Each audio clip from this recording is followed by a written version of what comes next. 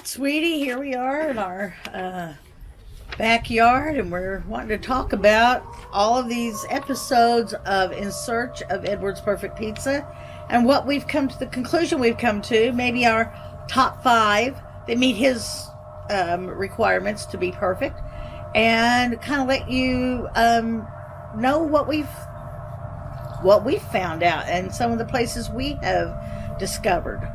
So, what you think, sweetie? Well, we're going to start with kind of a history of where this all started. And this probably all started somewhere around 45 years ago. It's amazing how many years ago it's been. We found this place in Herrin, Illinois called Girolamo's that had just opened in a gas station. This is before we had met. It was definitely before we had met. I wasn't even driving it at this time. This was at a time when I ate a whole lot. Mom and Dad ate a whole lot. I mean, we went to Pasquale's after church one time, and I ordered a 16-inch pizza and got mad because somebody ate a slice of it. I remember that place. Seriously. Yeah. I mean, that seriously happened. That's how much I ate at the time. Anyway, we sat down in Girolamo's, and Mom and Dad ordered a large pizza, and I ordered a medium pizza. Well, the guy I considered the old man at the time, but I'm assuming that he probably really wasn't all that old. Not now, it doesn't look back, looking back. Looking back, he definitely wasn't all that old. Said, no, you get small, they get medium. And that's what he brought us. And honestly, it was enough for us to eat, but that kind of set your standard, didn't it? That kind of set my standard as to what I was looking for in a good pizza. And over the years, the Girolamo's moved from that gas station down to a place in downtown Herrin. And there was a bigger place, and they had better seating, which we never actually ate at, but we would go there frequently on a Sunday afternoon. To go. And take it back to my grandma's house and eat it Sunday afternoon before heading back to church. And I remember specifically, they didn't have boxes to put the pizza in. It came in a sack. Literally. And what they would do is they would poof up the top of the sack so that it wouldn't lay down and stick to the cheese. Which, I thought that was pretty clever. And so, later on, they moved to a third location in Herrin and sold to some other people. At that point, I noticed that the pizza started going downhill. Yeah, the recipe just wasn't the same. And then they moved to a fourth location in Herrin, and as of today, it appears that that location has now closed. Yeah, we haven't looked for it in several years, but I don't know how long it's been gone. I don't either. I don't think it's been closed all that long, but I think COVID might have done it in. It may have. Yeah. I don't know. In this search, that's kind of the standard I was looking for, because I just really love that crust that I had there. And it was just what I wanted in a crust. So we got to talking about where could we go that would maybe find someplace that would meet his standards, his taste. And so we just started looking everywhere. Yeah. And my conclusion, overall, everywhere that serves pizza serves a pretty good pizza. Yeah. I mean, I really have nothing horrible to say. There were a few places that need some work, or that I would eat other things besides pizza if I went there, because I think that they do some things better than others. But and we've told you about those places. Yeah, and we have. And overall, I don't think we really had a truly horrible pizza anywhere. So overall, like I said, everywhere serves a pretty good pizza. Before we get into my top 5, what's your favorite? Oh, well, it's kind of, I've not made a secret of my favorite. I love Quattro's in Carbondale, Illinois. I love the thicker, chewier crust on my pizza than he does. And to me, Quattro's is perfection. I love it. And there have been a couple of places that I think have been fantastic. Scooterdale's in Thompsonville. I love their pizza. And there have been a couple of other places that have had the thick, chewy crust that I like. But of course, the name of this series was never in search of Joe's perfect pizza. It was in search of Edward's perfect pizza. So, Edward, what's your top 5? Well, let's start with number 1. Number 1 is Shouldn't you do a 5 and they count down to number 1? No, I'm going to start with number 1. Oh, okay. Number 1, Ina, Illinois, Marcello's Pizza. Wonderful. My understanding is this is the original Girolamo's son? The son of the original owner of the Girolamos that he fell in love with. Because I walked in and the cups all had Girolamos written around the top of it. On the menu was a Girolamo special, and as soon as I saw that, I knew this one has possibility. And when that pizza come out, you should have saw the look on his face. Well, you should. It was. I mean, it was amazing. It was the original Girolamo's pizza Yeah, that he was I thrilled. remember He was thrilled. from 45 years ago. Original crust, original recipe, original everything. Yeah. Now, you might wonder about Girolamo's in Nashville. My understanding is that is this guy's brother.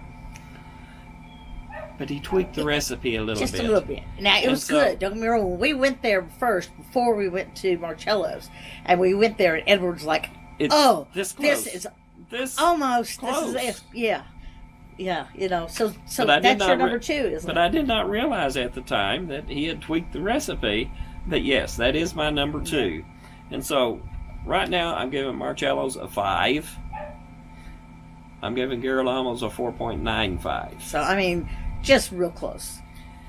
Then, we move into St. Louis to Guido's. When we go to St. Louis, we often go to the Hill, which is the Italian section of St. Louis, and our favorite place to go is Guido's. We eat there just about every time we want to go for Italian food in St. Louis.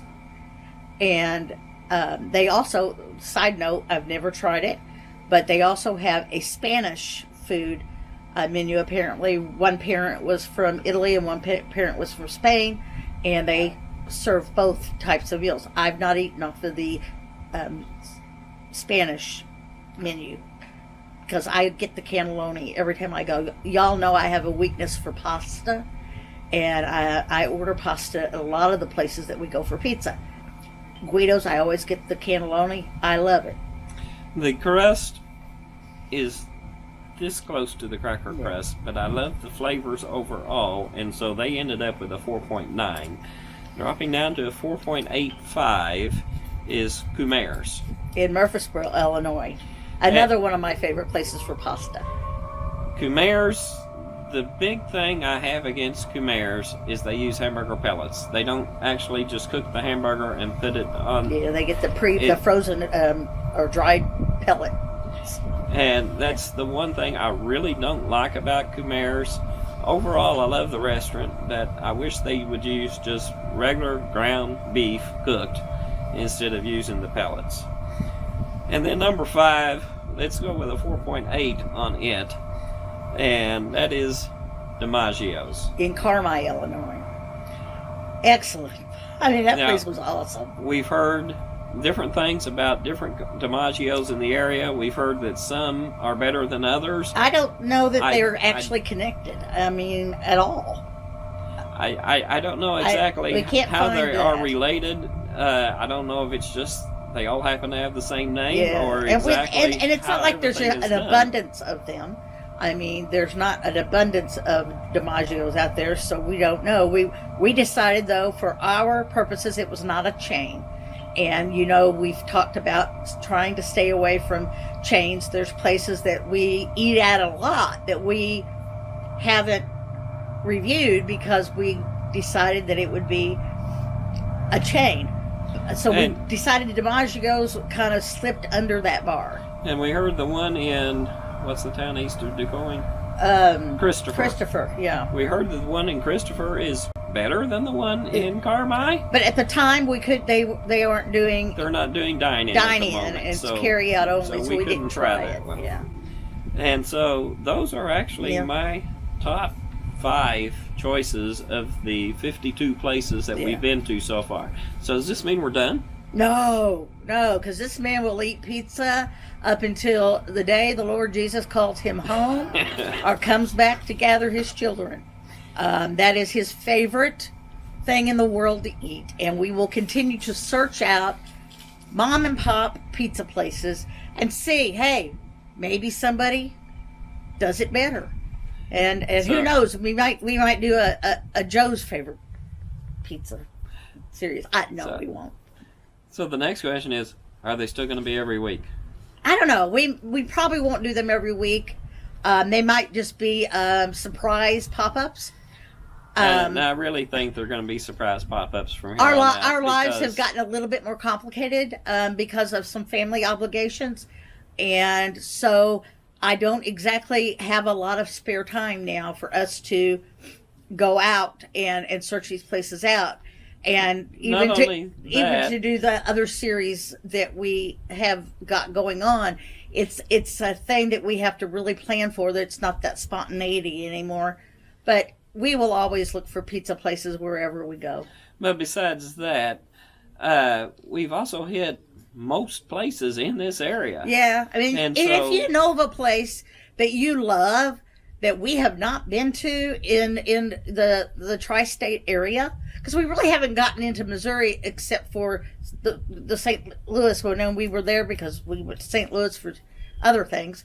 But we've not gone, into the Boot Hill or anything like that. We have done a lot of around Paducah, Kentucky, and areas there.